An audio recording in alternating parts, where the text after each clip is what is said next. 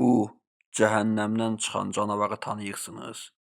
Bu zalım hökmdar bir nömrəli türk düşməni, türk əsgərlərini bir-bir qazığa otuzdurub və onlar zülm və dəhşət içində qıvranarkən onların ətrafında süfrə qurdurub, yemək yeyib, şərab içdiyi deyilir. Buna görə bu canavara türklər Qazıqlı voyvoda ləqəbini taxıblar. Nəysə, uzatmadan hekayəmizə keçək. Vlad Drakula ilə Osmanlı arasındakı çəkişmə əslində bayağı sadə bir mübahisə deyildi. Bunu elə təsəvvür edin. Bir nəfər var, adı Vlad, o taxtını qorumağa çalışan vəhşi bir liderdir. Bir də qarşısında Osmanlı hökmdarı, yəni Sultan Mehmed, ki o da ətrafındakı torpaqları özünə qatmağa çalışır. İndi Vlad və Sultan Mehmedin bir-biri ilə əlaqəsi necə yaranıb? Vlad kiçik yaşda qardaşı Radu ilə bərabər qəsb edilərək Osmanlıya verilmişdi.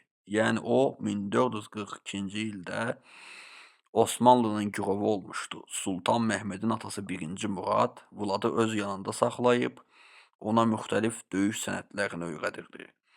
Vladın uşaqlığı çox çətin keçdi. Yəni onu əslində Osmanlı ilə daha da yaxınlaşdıran səbəb bu oldu. Vlad 1448-ci ildə öz ata yurduna dönüb taxtını geri almağa çalışarkən Osmanlılar razı salmağa çalışdı. Yəni bu dövr Vladın ən təhlükəli və azablı dövrüdür. O Osmanlılardan bir yandan kömək istəyib, digər tərəfdən də onlara qarşı mübarizə aparmağa başladı. İki işin birini etmək zorunda idi. Ya Osmanlıya boyun əyəcəkdi, ya da onlarla müharibə aparacaqdı. Vlad 1456-cı ildə Osmanlının dəstəyi ilə Valakiyanı tamamilə öz nəzarətinə aldı. Bu vaxtdan sonra isə Osmanlılarla münasibətləri daha da gərginləşdi.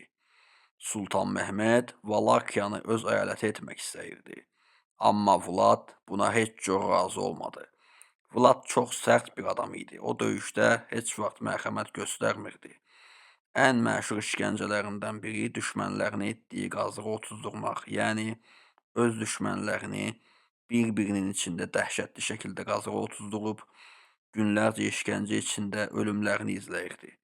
Hətta bu o qədər qorxulu idi ki, Sultan Mehmed Vladın üzərinə ordu toplayıb, hücuma keçəndə yolda qazığın üstünə oturmuş və artıq aylardır qazığın üstündə çürümüş və qoxuşmuş bir sürü uşaq qadın meyitlərini görəndə əsgərləri ilə bərabər çox pis hala düşüb, psixologiyası pozulmuşdu.